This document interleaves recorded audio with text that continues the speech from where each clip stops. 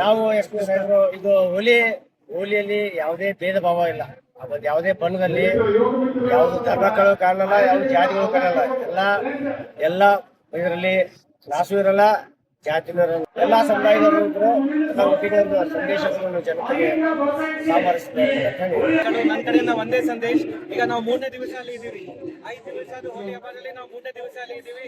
ಎಲ್ಲ ತುಂಬಾ ಜೋರಾಗಿ, ತುಂಬಾ ರೆಸ್ಪಾನ್ಸಿಬಿಲಿಟಿ ಇಂದ, ಜವಾಬ್ದಾರಿಯಿಂದ ಹೋಲಿ ಆಚರಣೆ ಸೆಲೆಬ್ರೇಟ್ ಮಾಡ್ತಾ ಇದ್ದಾರೆ. ಅದೇ ರೀತಿ ನೆಕ್ಸ್ಟ್ 2 ಡೇಸ್ ನಮ್ಮ ಜೊತೆಗೆ ಸೆಲೆಬ್ರೇಟ್ ಮಾಡಬಹುದು. ನಾವು ಕೂಡ ತಮ್ಮ ಜೊತೆಗೆ ಇರ್ತೀವಿ, ಹಗಲು ರಾತ್ರಿ ತಮ್ಮ ಜೊತೆಗೆ ಇರ್ತೀವಿ. ಅದ್ರ ಜೊತೆಗೆ ನಾವು ಇದು ಸಣ್ಣ ಅವಕಾಶ, ಕ್ರೈಮ್ ಯಾವ್ದು ಕಾರಣಕ್ಕೆ ಸಣ್ಣ ಕ್ರೈಮ್ ಅವಕಾಶ ಕೊಡ್ತಾ ಇಲ್ಲ. ಏನಾದ್ರು ಮಾಡ್ತಾ ಇದ್ರೆ ಅದರ ಬಗ್ಗೆ ಕೂಡ ನಾವು ಮಾತಾಡ್ತಾ ಇದೀವಿ. ಸೋಷಿಯಲ್ ಮೀಡಿಯಾದಲ್ಲಿ ಕೂಡ ವಾಚಿಂಗ್ ಎಲ್ಲರೂ ನಮಗೆ ಭರವಸೆ ಕೊಟ್ಟಿದ್ದಾರೆ. ಅವ್ರು ಜವಾಬ್ದಾರಿಯಿಂದ ಹೋಲಿ ಸೆಲೆಬ್ರೇಟ್ ಮಾಡ್ತಾರೆ.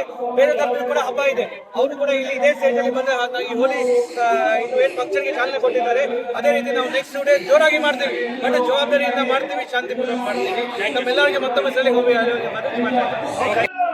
ಬಾಗಲಕೋಟೆ ಹೋಳಿ ಉತ್ಸವಕ್ಕೆ ಒಂದು ಹೊಸ ಮೆರಗು ಕೊಡ್ಬೇಕಂತೇಳಿ ನಾವು ಕಳೆದ 10 ವರ್ಷದಿಂದ ರೇನ್ ಡ್ಯಾನ್ಸ್ ಮಾಡ್ತಾ ಇದೀವಿ.